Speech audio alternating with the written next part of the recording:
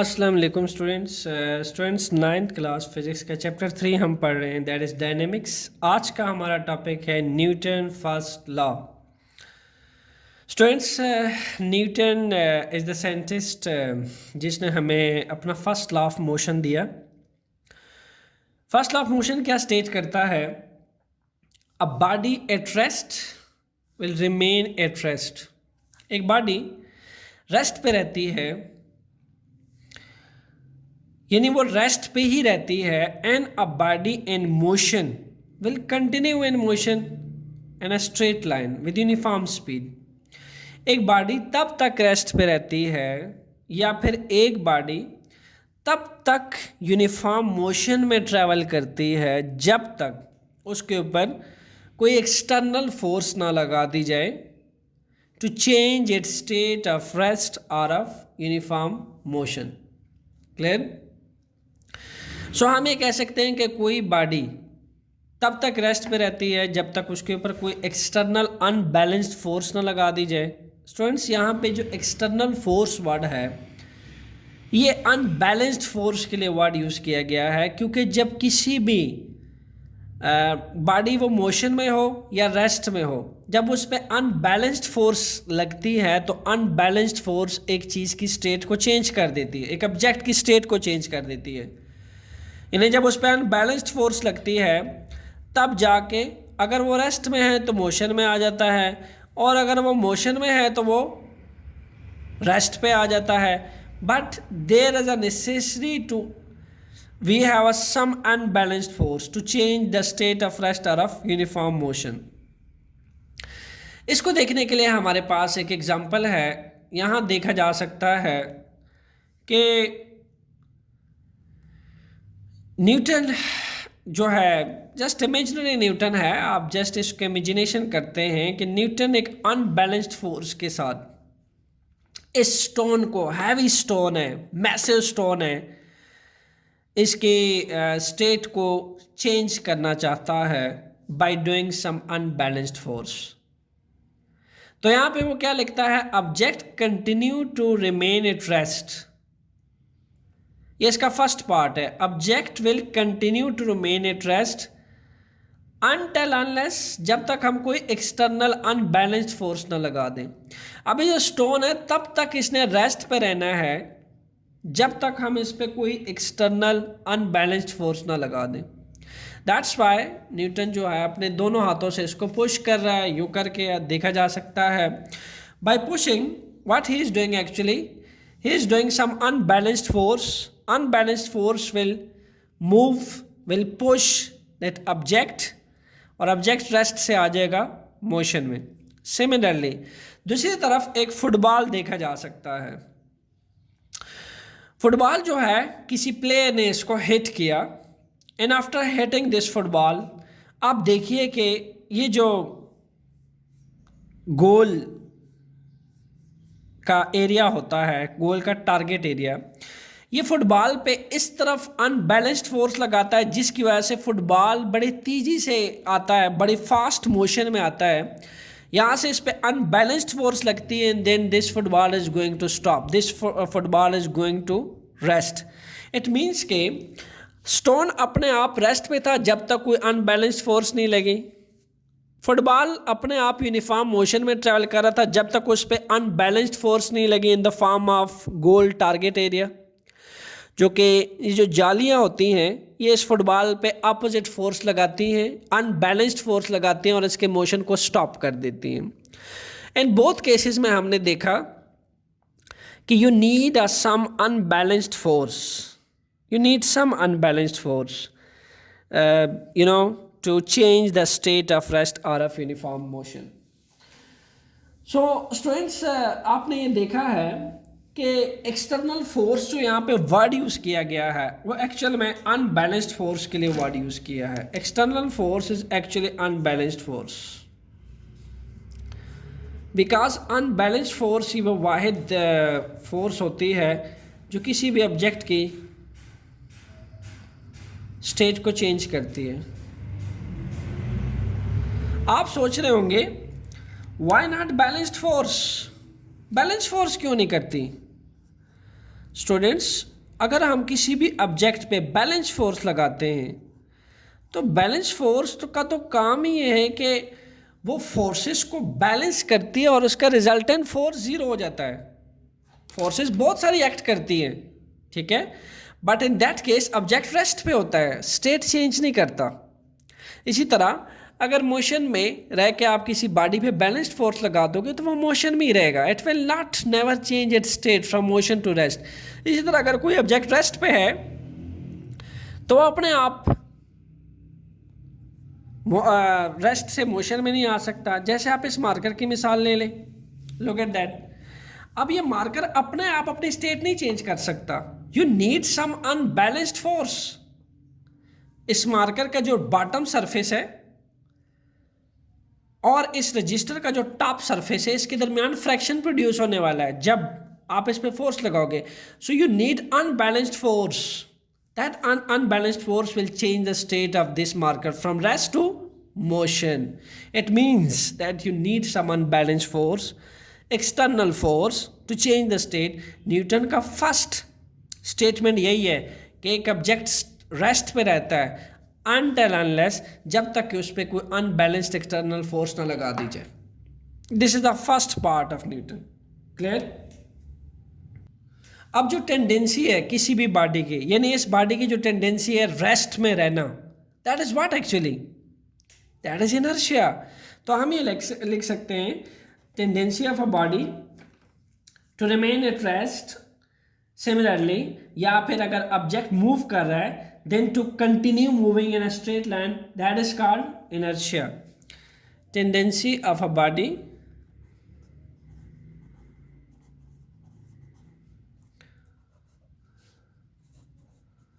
tendency of a body to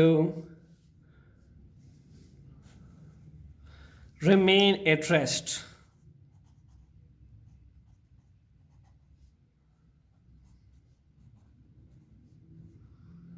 किसी भी body के रेस्ट में रहने की टेंडेंसी या फिर मूव होने की टेंडेंसी, कंटिन्यूसली मूव होने की टेंडेंसी क्या कहलाती है? That is actually inertia. You कह सकते हैं are if moving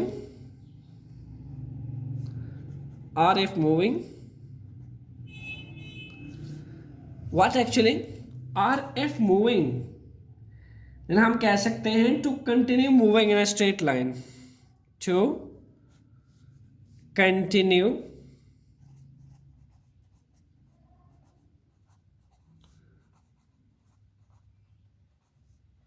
moving in a straight line.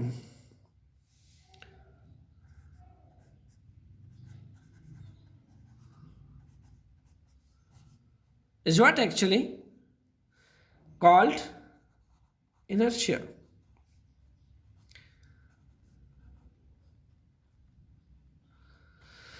अब देखिए दोनों स्टेट में tendency of a body to remain at rest, this marker will be at rest until unless some unbalanced force act on this marker, that is inertia of that marker, because this marker has some tendency to remain at rest and this tendency of this marker is known as inertia.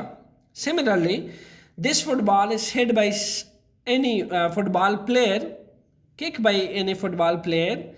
This football will be continue its uniform motion until unless some unbalanced force act on this football to stop this football. Now this football will be continue of motion, moving. Now the continuity of the motion of this football is what actually, this is the tendency of this football is called inertia.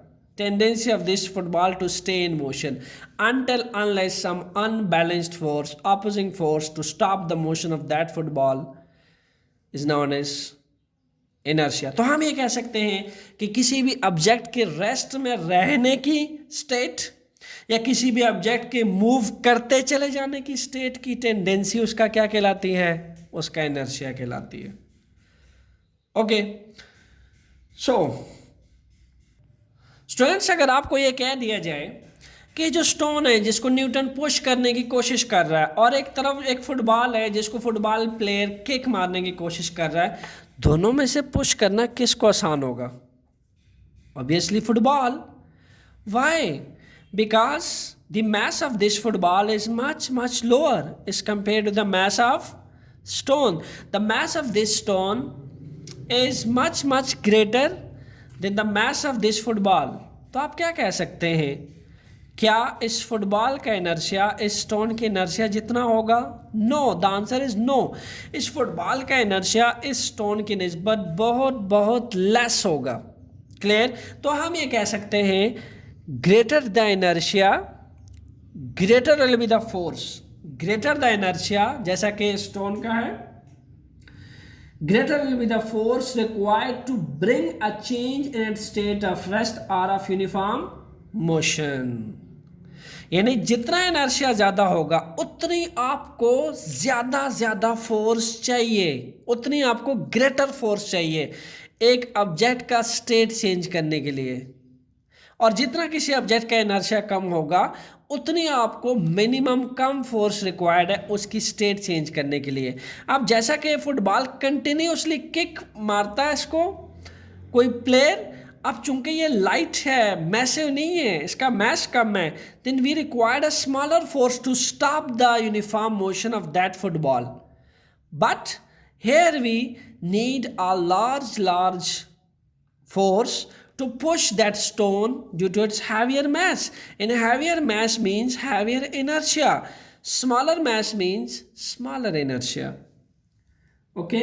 So फिर हम क्या कह सकते हैं? हम ये कह सकते हैं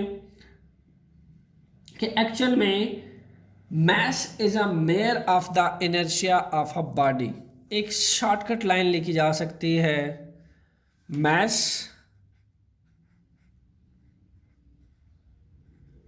is measure of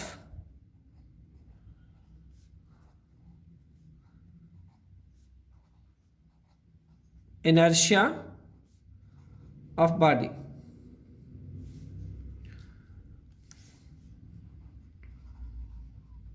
यस. अब इस लाइन का एक सिंपल सा मतलब है कि किसी भी बॉडी का इनर्शिया कितना होता है? Mass is a scalar quantity and it can be justified by magnitude. It means के किसी भी बॉडी का इनर्शिया उसके मैस से मेजर किया जा सकता है. जितना हैवियर मैस होगा एक बॉडी का, लाइक द स्टोन, जितना हैवियर मैस होगा उतना ही ज़्यादा इनर्शिया होगा उस बॉडी के, यानी उतनी ज़्यादा वो अपनी स्टेट को रेजिस्ट करेगा. आपको उतनी ही अनबैलेंस्ड फोर्स चाहिए उसकी स्टेट को चेंज करने के लिए. अगर आपके पास उतनी अनबैलेंस्ड फोर्स नहीं है, then you can't change the state of this stone. ठीक है? इस स्टोन की tendency to stay in rest बहुत ज़्यादा होने वाली है बनस्बत इस फुटबॉल की to stay continue in motion. You need a small force to stop the motion of that football due to small mass, you know. In that case this stone has a bigger mass, that's why you need a you need a heavier force, greater force to push that heavier stone. तो हमने simply ये कह दिया कि mass is a measure of inertia of a body. Greater the mass, greater the inertia. Smaller the mass, smaller the inertia. So Newton first law को यहाँ मैंने कुछ एग्जांपल्स ले रखी हैं, उसको अप्लाई करने की कोशिश करते हैं. स्टूडेंट्स यहाँ पे फर्स्ट ऑफ ऑल मैंने एक ऑब्जेक्ट लिया है, that is state rest. Object rest पे है. फर्स्ट ऑफ ऑल हम देखते हैं कि जो एक्सटर्नल फोर्स अगर किसी ऑब्जेक्ट पे बैलेंस्ड अप्लाई कर दी जाए, बैलेंस्ड फोर्सेस, तो क्या न्यूटन लॉ ओबे होगा? It will not obey. Why? Look at that. ये जो ऑब्जेक्ट है उसको दोनों तरफ से इक्वल एंड ऑपोजिट फोर्स से लगाई जा रही है, एक्ट हो रही है. ये जो मैन है ये इस पे इधर को फोर्स लगा रहा है और ये जो मैन है ये इस पे इधर को फोर्स लगा रहा है. अब ये equal and opposite forces act हो रही हैं. सपोज किया यहाँ से इस पे 5 न्यूटन फोर्स लग रही है और चूंकि इसकी डायरेक्शन से ऑपोजिट है तो इसको -5 न्यूटन कर लीजिए. what will be the net result? That will be 0. Net result क्या आएगा? 0. तो ये ऑब्जेक्ट मूव नहीं होने वाला, it will B state rest. Newton क्या कहता है? न्यूटन तो ये कहता है कि ऑब्जेक्ट की स्टेट चेंज हो जाती है when you applied some external force.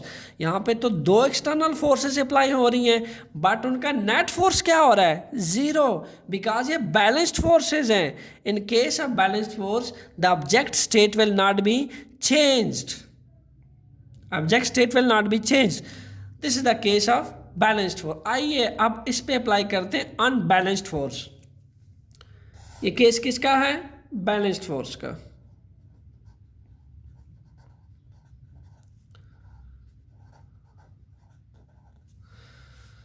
Students अब हम अप्लाई करते हैं अनबैलेंस्ड फोर्स.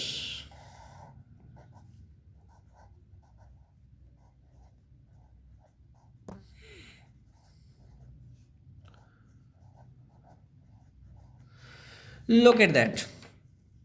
यहां देखा जा सकता है इसी ऑब्जेक्ट को 2 मैन्स पुश करने की कोशिश कर रहे हैं, ठीक है. जबकि अब देखा जा सकता है फर्स्ट मैन की फोर्स की डायरेक्शन भी इस साइड पे है, सेकंड मैन की फोर्स की डायरेक्शन भी इस साइड पे है. अब इसको पुश करने के बाद this object will B start move. Clear? लेकिन ये ऑब्जेक्ट जब मूव करना स्टार्ट करेगा तो इस पे जो सेकंड अनबैलेंस्ड फोर्स लगेगी जो इसके मोशन को स्टॉप करेगी, that will be a fraction, जो इस मोशन को क्या करने वाला है? अपोज करने वाला है. ठीक है. यहाँ जो अर्थ मौजूद है, अर्थ और इस ऑब्जेक्ट के बॉटम सरफेस के दरमियान फ्रैक्शन और प्रोड्यूस होगा बाय रबिंग. इसकी बॉटम सरफेस अर्थ की सरफेस के साथ रब होगी लाइक दैट. जब आप उसमें से पास करोगे ऐसे रब होगा. So by rubbing friction opposite direction पे लगेगा और ये तो मैं जो है इसको पुश करने की कोशिश करेंगे. क्लियर? चूंकि इनकी फोर्स फ्रैक्शन से बहुत ज़्यादा होगी, फ्रैक्शन कम होती है, फोर्स ये जो अनबैलेंस्ड फोर्स होते हैं वो ज़्यादा लगाते हैं. इन दैट केस ये ऑब्जेक्ट कंटिन्यू रहता है यूनिफॉर्म मोशन पे. क्लियर?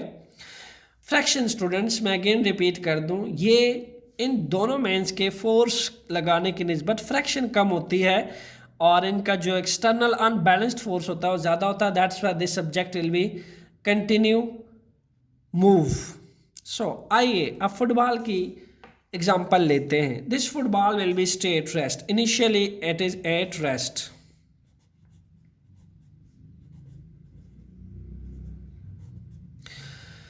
ये तो थी आपने रेस्ट से मोशन की example. The first one is related to rest to motion. Rest to motion.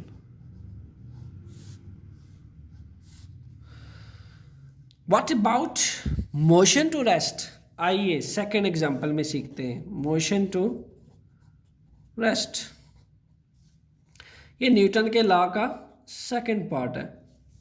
First part था कि object will be stay at rest unless until, जब तक उसके ऊपर कोई अनबैलेंस्ड एक्सटर्नल फोर्स ना लगा दी जाए.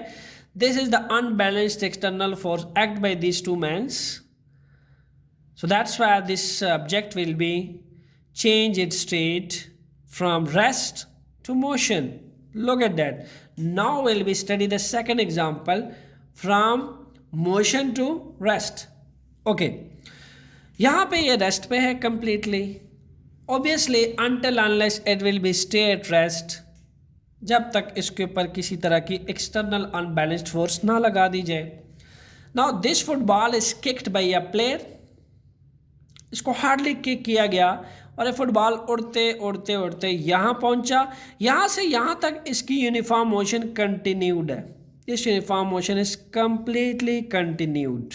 क्लियर? यहाँ पे आप देख सकते हैं गोल टारगेट एरिया है जहाँ पे प्लेयर गोल करता है. सो इस फुटबॉलर ने किक करते हुए डायरेक्ट गोल के अंदर इस फुटबॉल को थ्रो किया. सो फुटबॉल जब यहाँ पहुँचा तो इन जालियों ने इसके ऊपर अनबैलेंस्ड फोर्स लगा दी. इसकी मोशन ऐसी थी और इसके ऊपर अनबैलेंस्ड फोर्स अपोजिट डायरेक्शन में लगाई.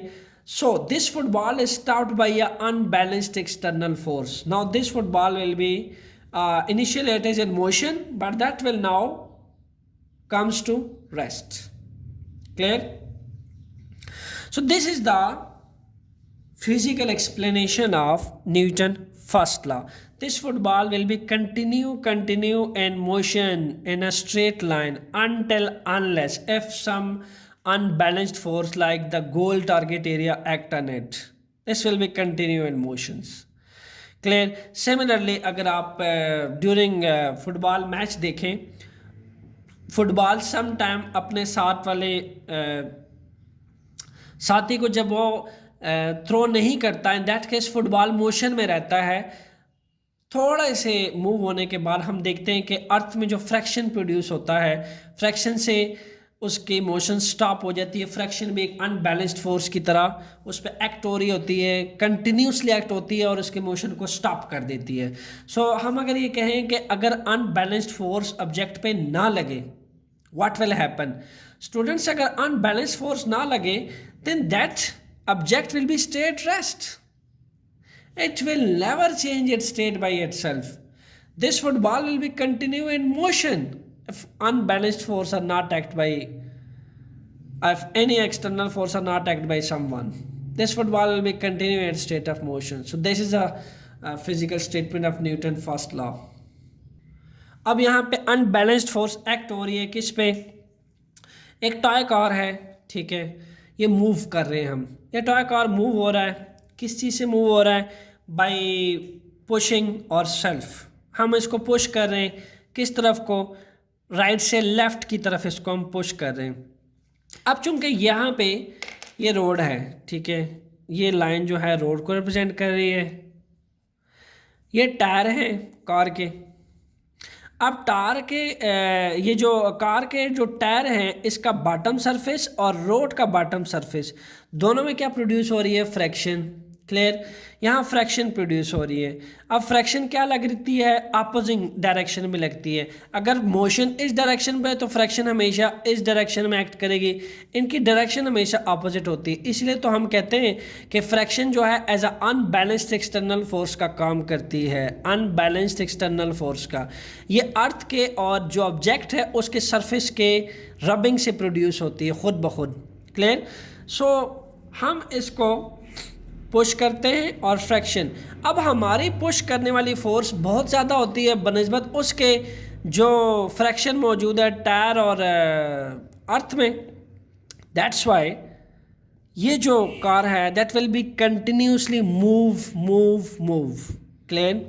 इसी तरीके से दो और फोर्सेस मौजूद हैं यहाँ पे, दो बैलेंस्ड फोर्सेस एक दूसरे का इफेक्ट कैंसिल करते हैं। कैसे? इस कार का वेट देखा जा सकता है ड्यू टू ग्रेविटी अट्रैक्ट हो रहा होगा, जो कि इक्वल होता है W = mg। इस कार का मास इनटू ग्रेविटी जो इसको अट्रैक्ट करेगी toward the centre of the earth.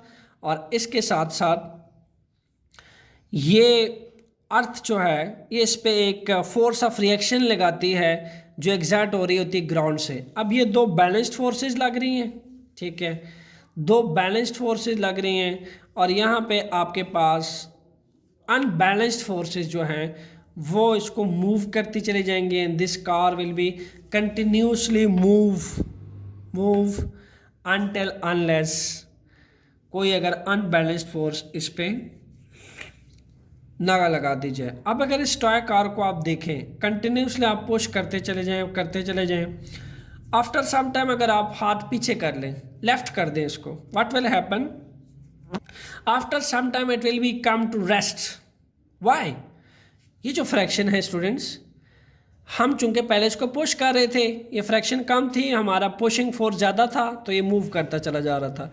जब हम हाथ पीछे खींच लेते हैं एंड दैट केस फ्रैक्शन बढ़ना शुरू हो जाता है क्योंकि पीछे से हम पुश नहीं कर रहे होते। जब हम इसको छोड़ देते हैं एंड दैट केस फ्रैक्शन ज़्यादा इसके मोशन को स्टॉप कर देता है। So that's Y Newton second law, object will be continuous in a state of uniform motion until unless some unbalanced external force act on that object. So आप toy car से अपने Newton second law के second part को खुद demonstrate कर सकते हैं। पहले आप खुद फोर्स लगाइए, खेलिए उसके साथ, फिर तेज़ी से पुश करने के बाद छोड़ दीजिए। तो जब आप लेफ़्ट करते हैं उसको, इन दैट केस टायर की सरफेस और रोड की बॉटम सरफेस दोनों फ्रैक्शन प्रोड्यूस करते हैं, after some time this toy car will be come to rest due to unbalanced friction force. यहाँ देखा जा सकता है a toy car is small mass, so it is small inertia. यहाँ पे एक स्टूडेंट है, ये स्मॉल मैस का टॉय कार जो है उसको पुश करने की कोशिश कर रहा है। सो यहाँ देखा जा सकता है कि इसका मैस, चूँकि ये टॉय कार है तो इसका मैस जो है वो बहुत बहुत स्मॉल होता है, we can easily push the car, ठीक है। बट इन दैट केस कि अगर आपके पास बजाय टॉय कार के बजाय आपके पास एक हैवी किस्म की कार हो, ठीक है, अगर आप उसको पुश करने की कोशिश करते हैं, हैवी कार जो रियल कार होती है, इन दैट केस उसका मैस जो है ग्रेटर होता है, ग्रेटर मैस। और यहाँ जो टॉय कार है इसका मैस स्मॉलर होता है, smaller mass. And smaller mass is mean, smaller mass means smaller inertia.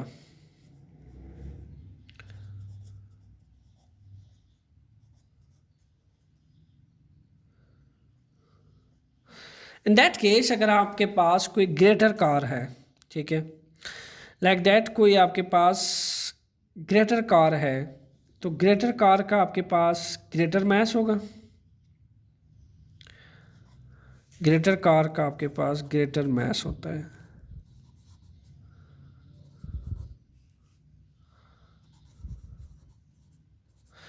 And greater massive car are not easily to push by your finger और your hand, clear. Here you need a large greater unbalanced external force in the form of your engine, in the form of your racing, जो आप speed देते हैं, gear change करते हैं, उस case में आपको अनबैलेंस्ड फोर्स की ज़रूरत पड़ती है due to this greater car. तो हमने क्या यहाँ से सीखा कि जो ग्रेटर कार है उसका मैस ग्रेटर है, ठीक है, चूँकि ग्रेटर मैस का मतलब क्या होता है, ग्रेटर इनर्शिया, ग्रेटर इनर्शिया। इसकी tendency to state at rest बहुत बहुत बहुत ज़्यादा is compare to this toy car, इसकी टेंडेंसी इस रियल कार से बहुत कम है। That's why you can easily push this car by your finger, but here you can't push this car by your finger due to greater inertia and greater mass. It have a larger tendency to stay at rest due to inertia. इसका inertia ज़्यादा है, that's why you can't push this heavy real car by your finger. यहाँ पे Newton first law की demonstration देखी जा सकती है। यहाँ पे स्टूडेंट्स एक ग्लास है, उसके ऊपर हमने कार्ड रखा हुआ है, कार्ड के ऊपर हमने कॉइन रखा हुआ है, क्लियर। कार्ड के ऊपर एक कॉइन नज़र आ रहा है आपको, एंड देखा जा सकता है ग्लास, कॉइन एंड कार्ड, ये तीनों के तीनों रेस्ट पे है, क्लियर, तीनों के तीनों रेस्ट पे है। अब मैं क्या करता हूँ, अपने फिंगर की हेल्प से कार्ड को क्लिक करने की कोशिश करता हूँ, यानी by applying some unbalanced external force. अब ये जो क्लिकिंग है ये कार्ड के ऊपर होती है, by I apply force by using finger on card only, not on coins. तो याद रहे कि जो फोर्स अप्लाई की जा रही है that is only on card, इसलिए यहाँ लिख रखा है force act on cards only. जो कॉइन्स है that will be placed on card, और हमारे फिंगर की क्लिकिंग जो है वो इस कॉइन को टच नहीं करती, ओनली कार्ड को टच करती है, ठीक है। अब होता क्या है कि जब आप ये क्लिकिंग कर चुके होते हैं, व्हाट विल हैपन, ये जो कार्ड है दैट विल मूव अवे। अब जो कॉइन्स है वो तो रेस्ट में था और कार्ड जो है वो मोशन में आ जाएगा, बिकॉज आपने अपने फिंगर पे किसको अनबैलेंस्ड फोर्स अप्लाई की, सिर्फ कार्ड को, कॉइन को तो नहीं की ना। तो कॉइन जो है due to inertia it will have tendency to stay at rest. What will happen, card will move away and this coin will fall into the glass due to inertia. Because you're applying unbalanced force only on card, not on coin. Coin will be stay at rest as usual, जैसे पहले था. तो आपने जब card पे unbalanced force लगाया, that's why card move away, it move from rest to motion. Card यहाँ पे रेस्ट पे था, यहाँ से वो मोशन में आ गया. ठीक है, यहाँ कार्ड रेस्ट पे पड़ा हुआ था. जबकि जो कॉइन है वो भी रेस्ट पे था. जब कार्ड मोशन में चला गया, then coin have tendency to stay at rest, that's why it fall into the glass. यहाँ वो ग्लास में गिर गया. This is due to inertia. यहाँ देखा जा सकता है इनर्शिया की एग्जांपल, जब आप कार को हाईली स्पीडीली मूव करते हैं, ठीक है, and due to some prevention of accidental problem आप सडनली ब्रेक से अप्लाई करते हैं. ठीक है, in that case if you not wear seat belt, आपने अगर सीट बेल्ट नहीं पहना, what will happen? So first of all, अगर आपने सीट बेल्ट पहना है और सडनली ब्रेक अप्लाई करते हैं, तो आपका जो बॉटम पार्ट है, चूँकि कार जो है मोशन में थी, जब आपने ब्रेक अप्लाई किए तो मोशन से कार एकदम किस में आ गई? रेस्ट पे. First of all car motion में थी, it is in motion. By applying brakes this car comes to rest. आपकी बॉडी जो है का जो बॉटम पार्ट था वो कार के साथ रेस्ट पे था, सॉरी मोशन पे था. जब आपने ब्रेक से अप्लाई की तो टॉप पार्ट तो कार के साथ मोशन में नहीं था, वो रेस्ट पे था. तो हुआ कुछ यूँ कि ब्रेक से अप्लाई करने के बाद बॉटम पार्ट मोशन रेस्ट से मोशन पे आया, रेस्ट से मोशन पे आया, और जो आपका बॉटम पार्ट था वो पहले मोशन में था, सडनली ब्रेक अप्लाई करने के बाद वो किस में आया? रेस्ट पे.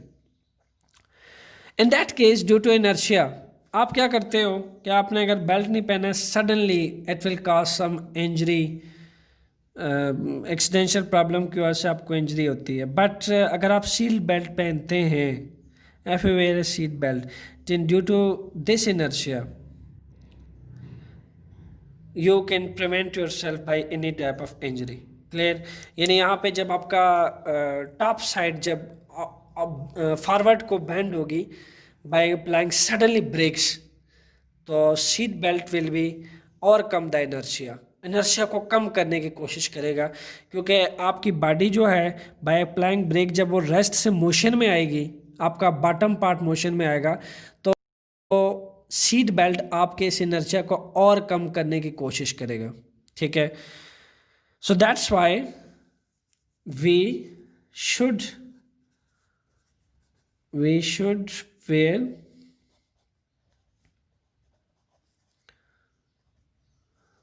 seat belt to overcome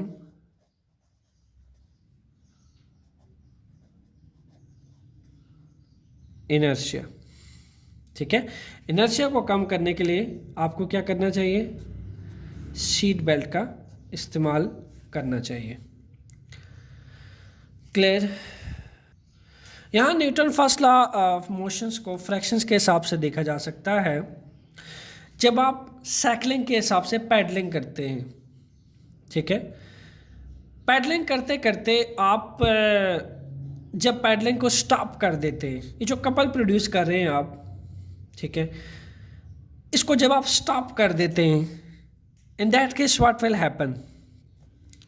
यहाँ पे पैडलिंग से पहले आप फोर्स लगाते चले जा रहे थे, साइकिल मूव करती चली जा रही थी, बिकॉज आपकी जो पुशिंग फोर्स थी वो फ्रैक्शन से कहीं ज़्यादा थी. सो that's why this cycle will continue at uniform motion. But जब आपने स्टॉप की यहाँ पे, व्हाट विल हैपन? स्टॉप करने के बाद ये cycle that cycle will come to rest after some time. Why? Due to this friction. जब आप पैडलिंग स्टॉप करते हैं तो फोर्स स्टॉप हो जाती है, अनबैलेंस्ड फोर्स। ऐसे में फ्रैक्शंस का मैग्नीट्यूड बढ़ जाता है, फ्रैक्शन ज़्यादा हो जाती है, and this frictions have tendency to bring this cycle to rest, so that's why this cycle will come again to rest. Again फिर आप फोर्स अप्लाई करना शुरू करते हैं, ठीक है, अगेन आप फोर्स अप्लाई करना शुरू करते हैं, फिर फ्रैक्शन जो है इन दैट केस फिर बढ़ती है और यूनिफॉर्म मोशन में आप चलते रहते हैं। बट यहाँ पे दरमियान में देखा जा सकता है कि जब अप्लाइड फोर्स और फ्रैक्शन जो है जब बराबर होती है, इन दैट केस उसकी स्पीड कांस्टेंट होती है, ठीक है, दोनों के केसेस में बराबर हो आप कह लें कि कांस्टेंट स्पीड से साइकिल ट्रैवल करती रहती है। बट जब अप्लाइड फोर्स बढ़ जाता है फ्रैक्शन से, तो ये साइकिल क्या करती है, एक्सेलरेट करती है। लाजमी सी बात है, आप अप्लाइड फोर्स बढ़ाते चले जाते हैं, साइकिल विल कंटिन्यूसली मूव। यहाँ पे आप जब अप्लाइड फोर्स कम कर देते हैं, यानी बिल्कुल पैडलिंग रोक देते हैं, फिर क्या होता है, फिर फ्रैक्शन बढ़ जाता है, फिर आपकी साइकिल डी एक्सेलरेट होती है, रेस्ट पे आना शुरू हो जाती है, और एक टाइम आता है कि थोड़ी सी आगे बढ़ जाने के बाद किस पे आ जाती है, complete it will comes to the rest. So this is the practical applications of Newton first law. और ये न्यूटन का सेकंड पार्ट है कि that cycle will continuously move with uniform speed until unless, जब तक आप इस पे कोई एक्सटर्नल अनबैलेंस्ड फोर्स जो है वो अप्लाई ना कर दें, ठीक है। इसलिए यहाँ पे नेगेटिव एक्सेलरेशन क्यों लिखा हुआ है, नेगेटिव एक्सेलरेशन का मतलब ये है कि यहाँ बॉडी पॉजिटिव एक्सेलरेट नहीं होता, ठीक है, बल्कि उल्टे डायरेक्शन में, अपोजिट डायरेक्शन में एक्सेलरेट होता है, इसकी मोशन स्टॉप हो रही होती है by friction, that's why body negative accelerate होता है। यहाँ पे जो बाइक है वो एक्सेलरेट होता है टू द राइट, वाई, क्योंकि यहाँ पे अप्लाइड फोर्स जो है यानी एक्सटर्नल फोर्स है वो ग्रेटर है किससे, फ्रैक्शन से, दैट्स वाई यहाँ पे जो आपके पास एक्सेलरेशन होगी वो पॉजिटिव में होगी, और यहाँ पे नो चेंज इन मोशन आएगा क्योंकि आपके पास नेट फोर्स ज़ीरो होगा। फ्रैक्शन और जो आपकी अनबैलेंस्ड फोर्स है, एक्सटर्नल फोर्स है, दोनों के इफेक्ट को कैंसिल कर रही होंगी। ये आपके फर्स्ट पार्ट की एग्जांपल है।